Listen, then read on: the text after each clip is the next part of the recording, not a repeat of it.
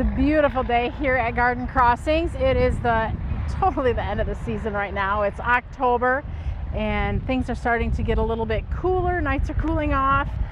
We went from 80 degrees last week down to the 60s and now 50s.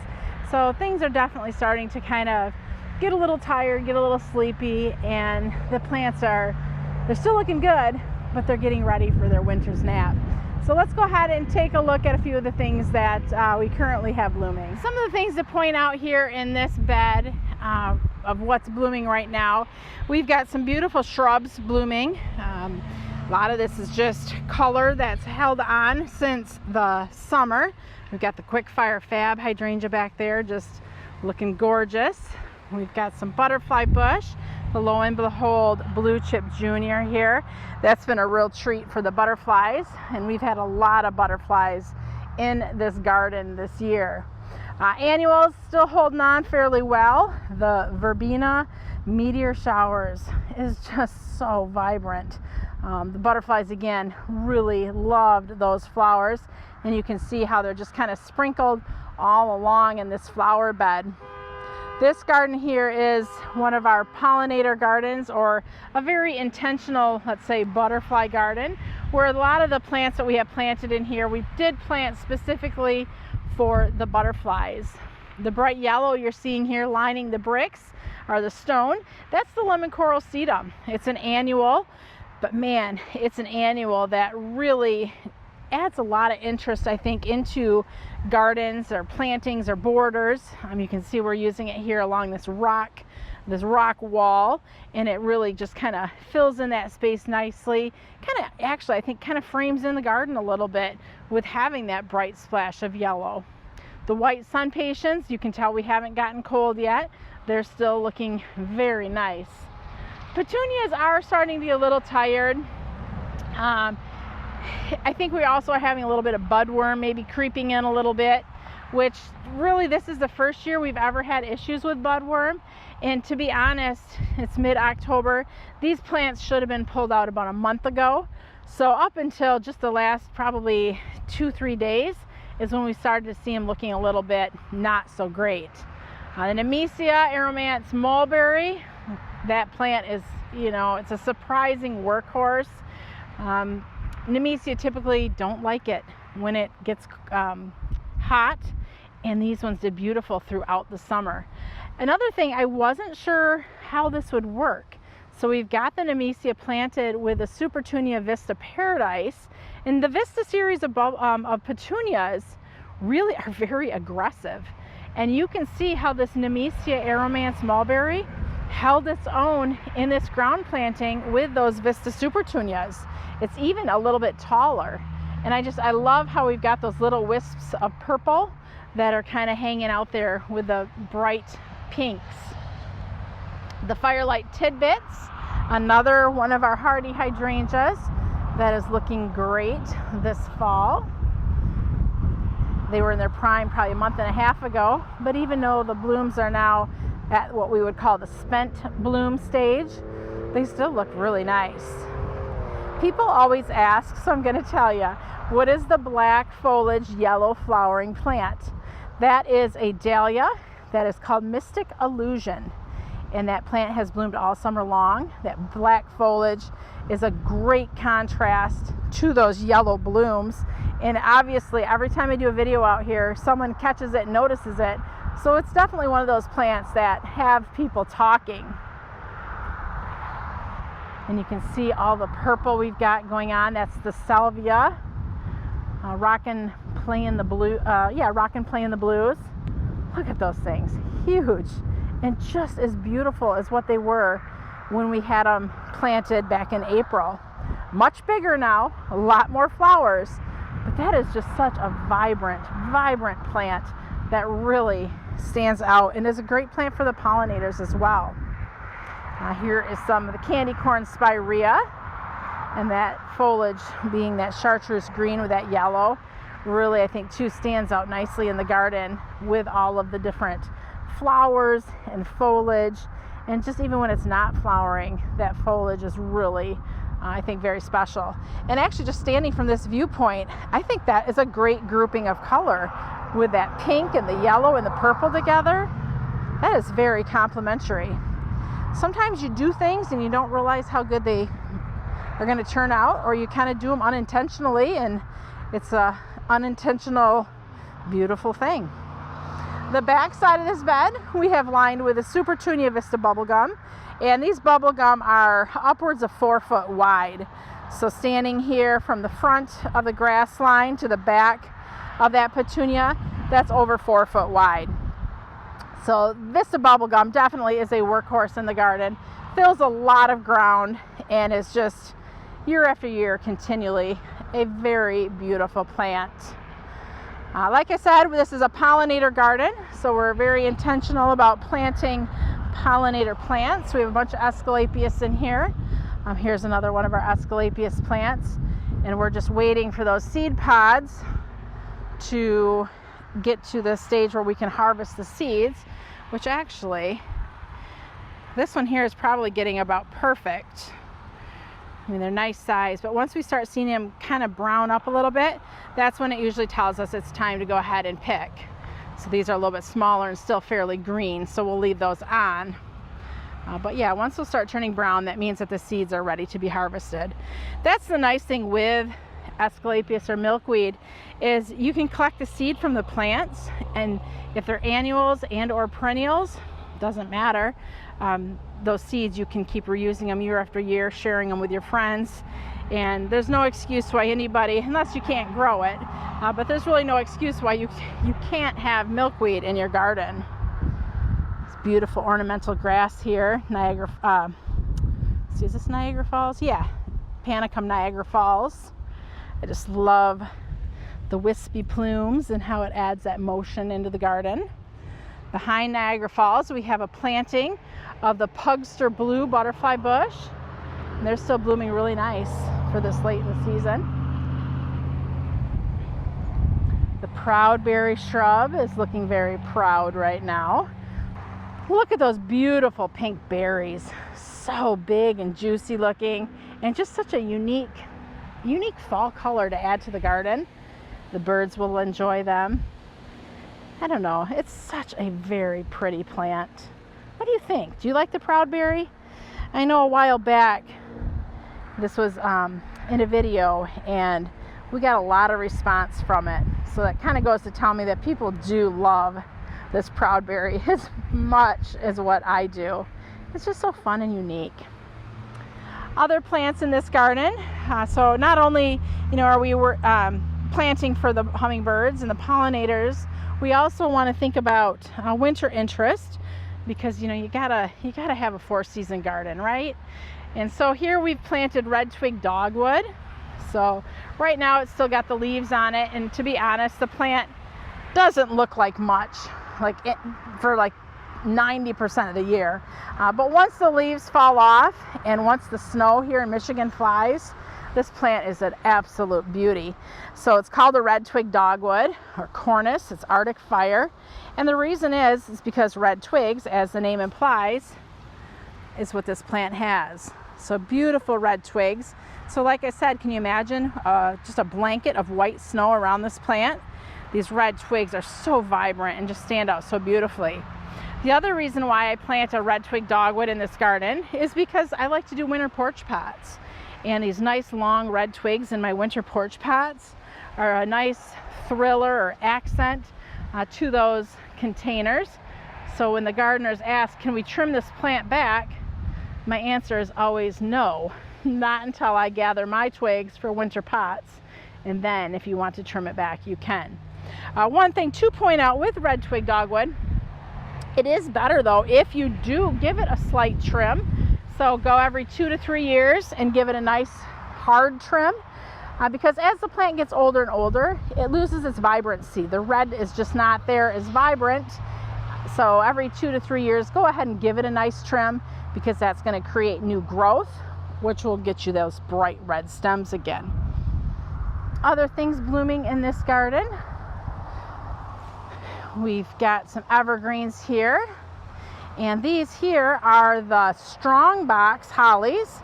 And these look a lot like a boxwood, but we don't have to worry about boxwood blight. because they are a holly, not a boxwood. You can see how they have similar shape as to what a boxwood would have. And we created a nice little semicircle here around this tree. So as these continue to grow and get larger, ideally, who knows, maybe we'll trim these into a nice solid hedge. But they hold their leaves all winter long. So this too is another plant that gives us a lot of interest in this garden. This river birch is looking nice. Look at it all peeling. That's so beautiful. These trees can get big, but when they're young and nice and white, they're so pretty. Other things in this garden, we're back up on the top of the mound here. We're right by the Quick Fire Fab hydrangea. And look at the beautiful, beautiful magenta blooms. They're a little bit crunchy. If you watched my video at my home garden, I talked about crunchy with Rod. He might not approve of my description as being crunchy, but they are. They're getting a little crisp and a little crunchy. And again, we talked about the winter porch pots just a minute ago with that Cornus Arctic Fire. If you're somebody who likes to do winter porch pots, now is the time. Get out there and trim yourself some hydrangeas, because these are a fabulous addition to a winter porch pot container. Adding that bright splash of magenta, or even if yours kind of look brown like this, spray paint them. Spray paint them any color you want. But I kind of like that natural look. So even if I'm obviously going to pick these bright green ones.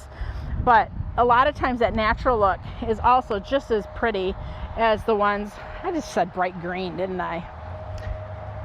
Bright pink. And oftentimes the natural ones look just as beautiful as these bright pink ones. We've got the bubblegum petunias. They are holding on and still putting on a fabulous show here in mid-October. Our Shasta daisies, they were trimmed back at some point and are now again blooming. And look at that, beautiful looking plants, nice and full and full of flower. So not just a little sparse rebloom, they put on a terrific show of secondary color. Behind it is the beautiful Suncredible sunflower, and that thing just has gone non-stop all summer long. There's nothing more beautiful, in my opinion, than a sunflower in the garden. The hydrangeas are still looking pretty good. They are past their prime, but as long as they're still showing these beautiful shades of pink, it's really looking lovely here in the garden. We've got the Firelight hydrangea. Look at the beautiful blooms on that. We did do a trial last year planting Alstroemeria, the Inca series. These actually are zone 7 and 8 Alstroemerias. Being that we're in zone 5B, 6A, we were pleasantly surprised that these came back for us. So we have the Inca Bativa, which is the purple, and then the Inca Holland, which is the orange. And look at them. Don't they look great? It's always fun sometimes to push the limits when you're talking about hardiness of plants, just to see what you might be able to get come back in your garden. The Paint the Town Dianthus, they're still putting on a little show of color. These really have gone all summer long. Spring, like in May, is when it's really their time to shine. But all summer long, we've been getting beautiful little showings of color on these nice ground cover, low growing Dianthus. Itea Little Henry is starting to turn into its fall color. So as we continue to get cooler here, which we really have not been that cold yet, this plant is going to turn into bright shades of red and orange and really put on that nice kind of an anchor in this garden with that bright fiery fall coloration. Taking the corner here, look at that, those annuals. They are still amazing for mid-October here in Michigan.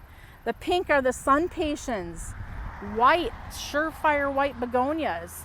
We've got Diamond Frost or Diamond Mountain Euphorbia, that nice little wispy white. The Coleus, Lime Time is doing great. The beautiful yellowy lime green there. We've got Torchlight. You can see Torchlight has gone to flower, but it's so late in the season. It was doing really great when it was in its prime, but look at that nice colors. In the back there, we've got Pennisetum rubrum grass just waving as the cars go past. So I wanted to make sure I got out here and could get this video and these pictures before it gets cold here, because sun patience will be one of those plants that once it gets cold, we're gonna know it because they will not look good anymore. But what do you think about that? That is fabulous, fabulous October color. And remember, we're Michigan, so this is not normal at all. Typically by now we would have had all these gardens ripped out and garden mums put in, replacing it. But because it has been such a nice warm fall, we haven't had to do that. We couldn't do it. It was so pretty that we just could not rip this all out because it would have seemed like such a waste. There's our waterfall garden, and you can just see how big these annuals have gotten. If this is the first time you've watched one of our videos, I welcome you to go back and check out some of the videos that we posted throughout the summer, just so you can see the progression of how these plants have grown and filled out and how they've really performed throughout the entire season. This coleus, they're about 3 foot tall, as well as some of those surefire white begonias. This is just really unbelievable. The dark foliage you're seeing there with the red, that is the cordial cherry, surefire cordial cherry. And what do you think about that? That is beautiful. Behind it, we've got some, lo and behold, blue chip junior butterfly bush, along with a whole mass planting up there of the Suncredible sunflowers. I just love how this begonia, you can kind of see the shimmer and the shine on those leaves. It's such a beautiful, shiny, glossy leafed begonia, and it's really looking so pretty.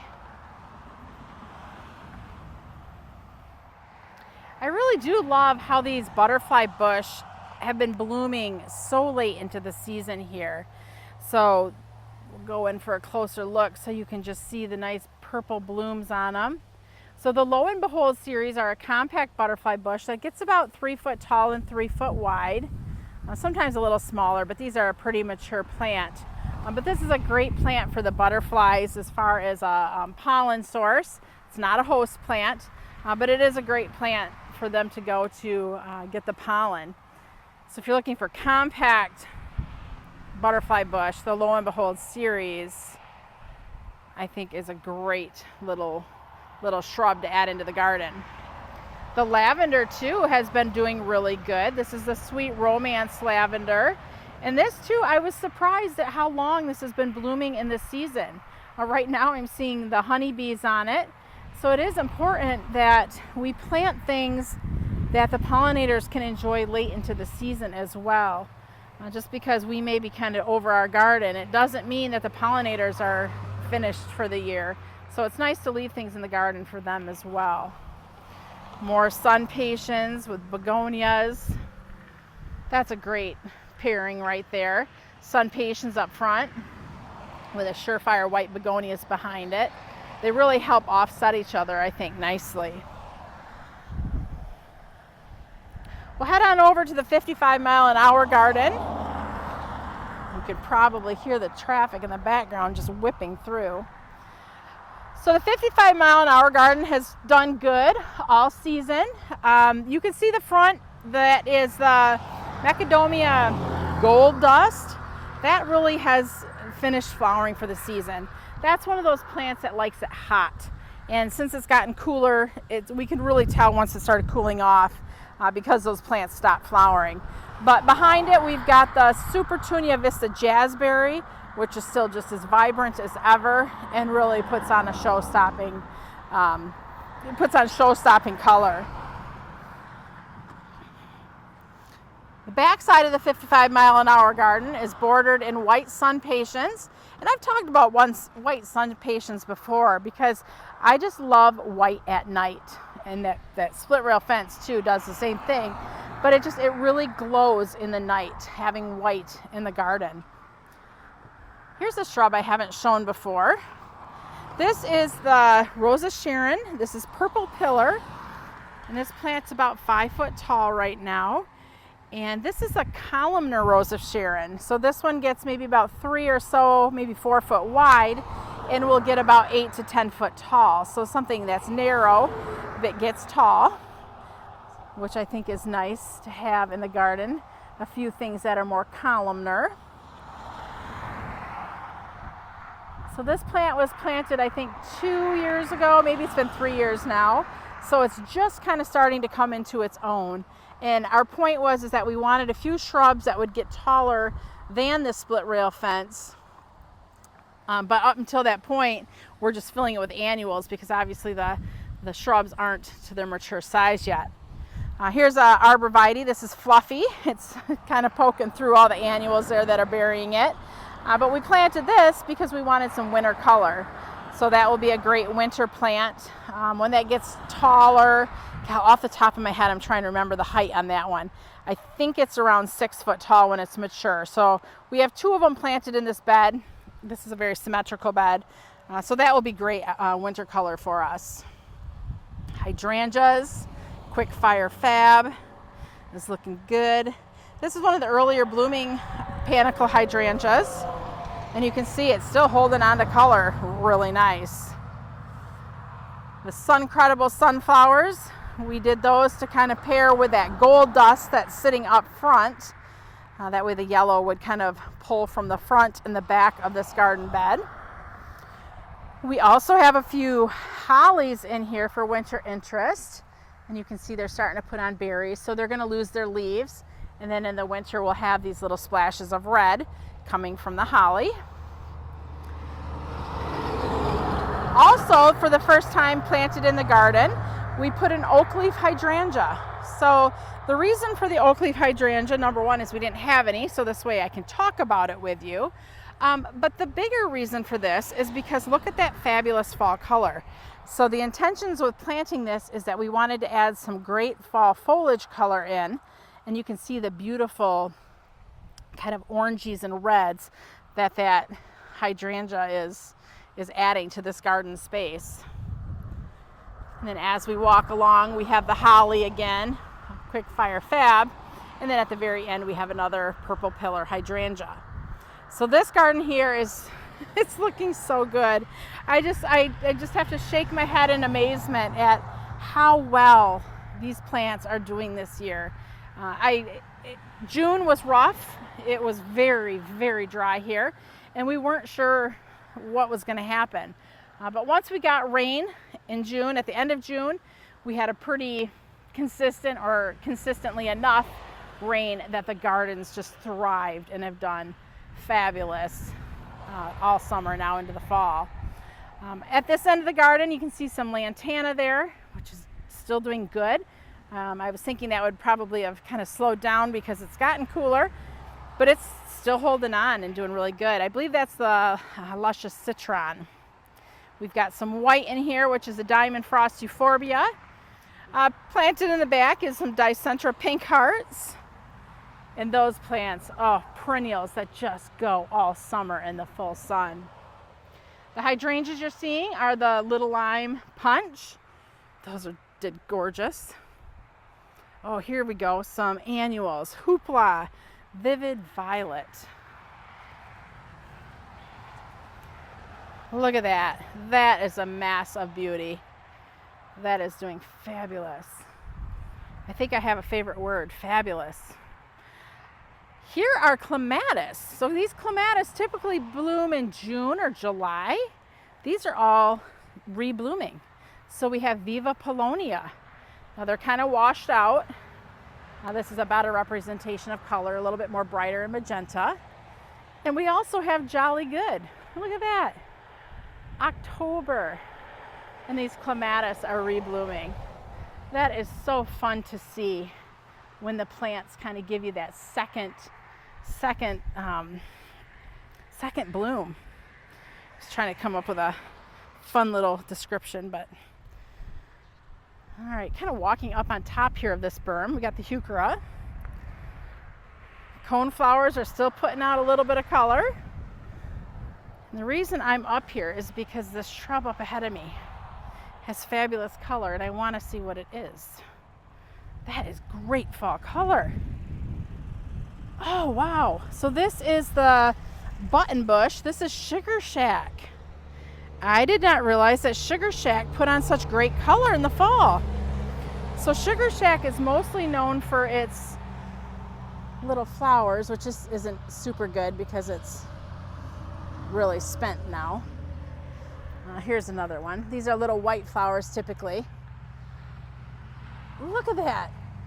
But man, glossy and beautiful. Wow, I'm glad I came out here today because I feel like you can walk in a garden one day and see nothing, and you come out a day or two later and there's just something new putting on a show. Here's another one that's a new one. This is the Weigela Midnight Sun. This is just a small plant. It's young, but look at that great fall color.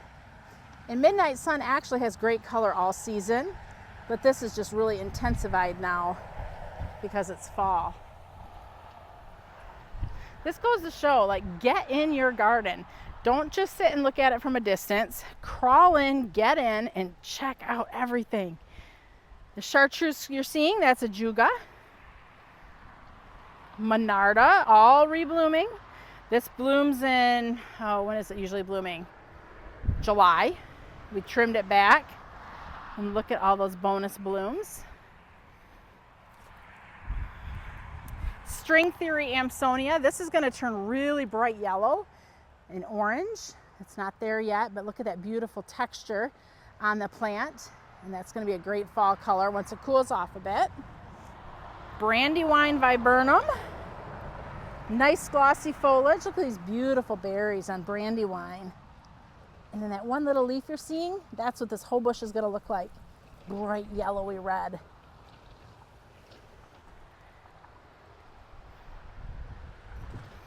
What else do we got here? Temple of Bloom. This was flowering. I did a video on how to trim this a few weeks back. So we're training this little guy into tree form. You can see how we've got those branches there. It was flowering beautifully with these little white flowers. And now the flowers are pretty much done. And look at these beautiful red bracts.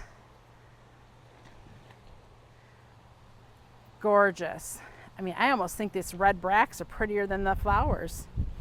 That's so pretty. Continuing on and through, we've got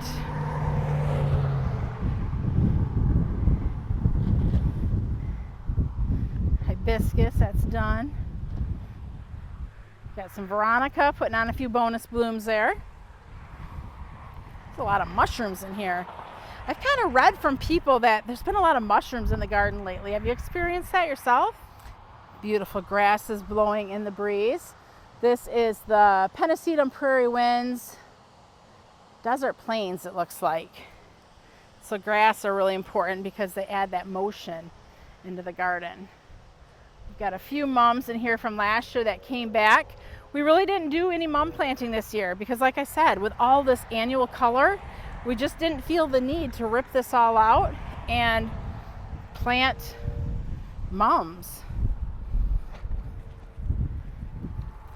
Some beautiful cone flowers. Here's hydrangea. This is the Let's Dance. Let's see if it's Can-Do or Reba. Let's Dance Can-Do.